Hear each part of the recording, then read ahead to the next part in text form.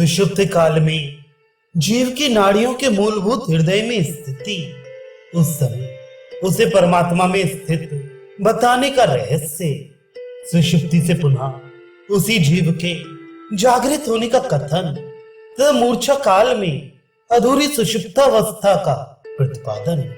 वेदांत दर्शन तीसरा अध्याय दूसरा पाठ सातवां सूत्र। सुषुप्त अवस्था में उस स्वप्न दृश्य का अभाव हो जाता है। उस समय जीवात्मा नाड़ियों में स्थित हो जाता है, क्योंकि वैसा ही श्रुति का कथन है तथा आत्मा में भी उसकी स्थिति बताई गई है।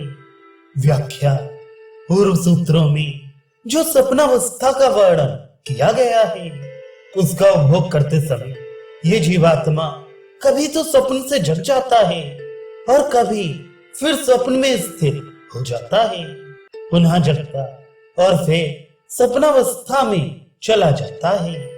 इस प्रकार स्वप्नगत मानसिक सुखों दुखों का उपभोग करते करते कभी सुषुप्त अवस्था हो जाने पर स्वप्न के दृश्यों का अभाव हो जाता है। इससे यह सिद्ध होता है कि वे माया मात्र है, क्योंकि बाह्य जगत का अभाव नहीं होता। उसका कार्य ज्यों का त्यों चलता रहता है तथा जीवात्मा का शरीर भी सुरक्षित रहता है, इसलिए उसका सत होना सिद्ध होता है।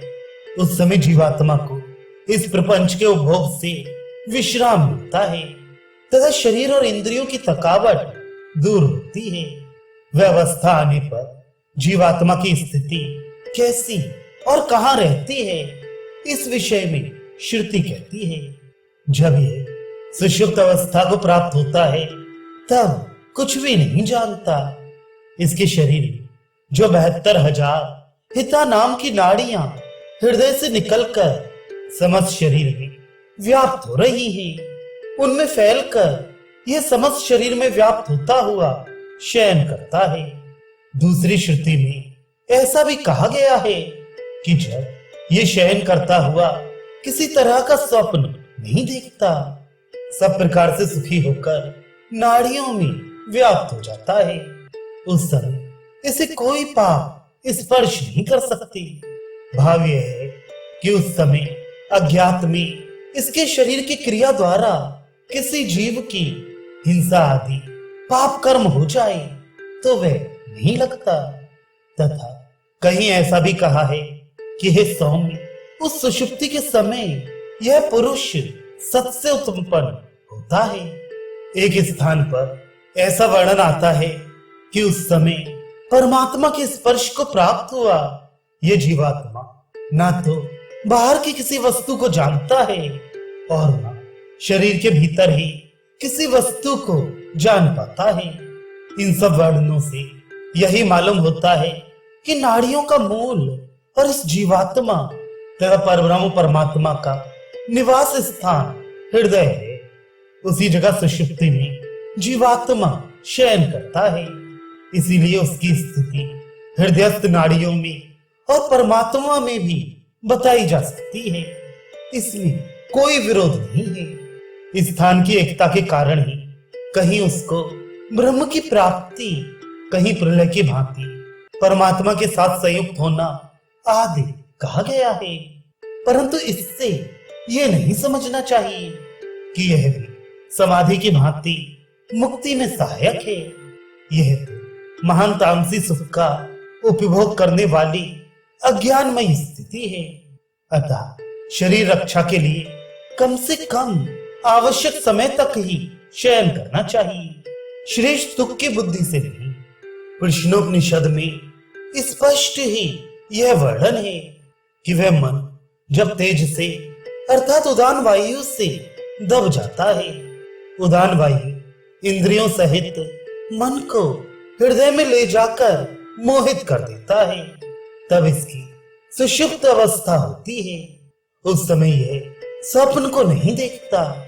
इस शरीर में जीवात्मा को यह सुषुप्त जनित सुख होता है।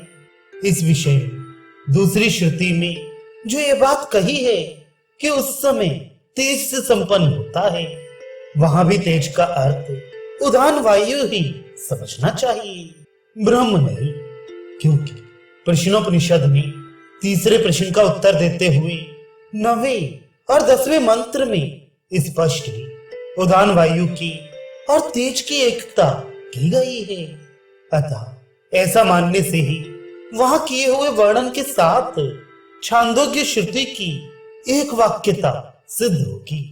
सुषुप्ति काल में जो परमात्मा के साथ हृदय देश में जीवात्मा की स्थिति बताई गई है, उसी की पुष्टि करते हैं 8वां सूत्र।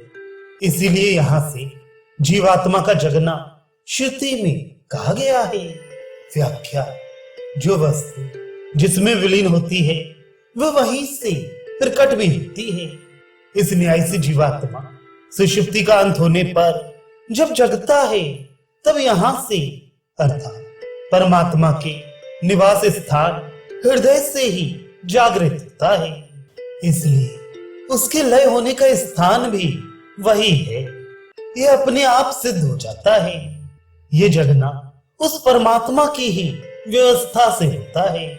जितने समय तक उसके प्रारब्ध अनुसार सुषुप्ति का सुख भोग होना चाहिए, उतना समय पूरा हो जाने पर उस परमेश्वर की व्यवस्था से जीवात्मा जागृत हो जाता है। यह भाव भी यहाँ समझ लेना चाहिए। यहाँ यह जिज्ञासा होती है कि जो जीवात्मा सुषुप्त अवस्था में विलीन होता है, वही जगकर वापस आता है या शरीर के किसी अंग में पड़ा हुआ दूसरा ही कोई जीव जगता है। इस पर कहते हैं 9वां सूत्र, निसंदेह वही जगता है, क्योंकि कर्म, अनुस्मृति, वेद प्रमाण और कर्म करने की आज्ञा, इन सबकी सिद्धि तभी होगी। इसलिए यही मानना ठीक है।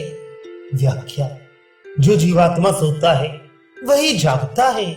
सोता दूसरा है और जगता दूसरा है, ऐसा मानने में बहुत दोष आते हैं। अतः वैसा नहीं माना जा सकता, क्योंकि यह देखा जाता है कि मनुष्य पहले दिन जिस कर्म को आरंभ करता है, उसके शेष भाग की पूर्ति दूसरे तीसरे दिनों तक करता रहता है।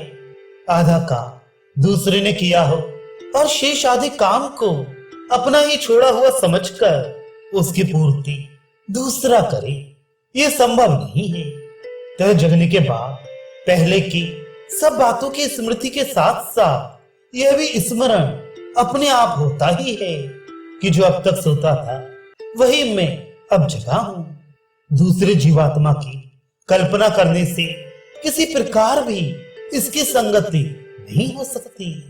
एवं श्रुति में भी जो जगह जगह सोता है उसी के जगने की बात कही गई है, और कर्म करने की जो वेदों में आज्ञा दी गई है उसकी सफलता भी जो सोता है उसी के जगने से होगी। क्योंकि एक को दी हुई आज्ञा का दूसरा कैसे पालन कर सकेगा। इन सब कारणों से यही सिद्ध होता है कि जो जीवात्मा सुषुप्ति काल में विलीन होता है वही जगता है। जब मनुष्य किसी औषध आदि से मूर्छित कर दिया जाता है अथवा अन्य किन्हीं बीमारी आदि कारणों से अचेत हो जाता है, उस समय भी न तो बाहरी जगत का ज्ञान रहता है, न स्वप्न देखता है और न सुख का ही अनुभव करता है।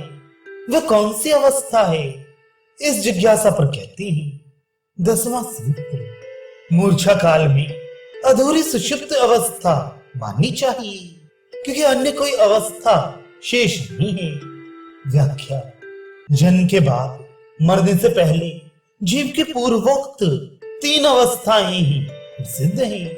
किसी विशेष कारण से कभी कभी हो जाने वाली ये मुग्धावस्था सबकी और सदैव नहीं होती, अतः इसके लक्षण कुछ कुछ सुषुप्त में ही संगत हो सकते हैं। इसलिए इसे अधूरी सुषुप्त मानना ही उचित है, क्योंकि उस अवस्था में सुषुप्ति का सुख लाभ नहीं होता, केवल अज्ञान मात्र में ही सुषुप्ति से इसकी समता है। अतः इसे पूर्णतः सुषुप्ति भी नहीं कहा जा सकता। पूर्व प्रकरण में जीवात्मा की जागृत आदि अवस्थाओं का निरूपण किया गया। उसमें प्रसंगवश यह बात भी कही गई कि उस परब्रह्म परमेश्वर का निरंतर चिंतन करने पर यह जीव कर्म बंधन से मुक्त हो सकता है। जिसके ध्यान का यह महान फल बताया गया है, उस परब्रह्म परमात्मा का क्या स्वरूप है, इसका निर्णय करने के लिए अगला प्रकरण आरंभ किया जाता है।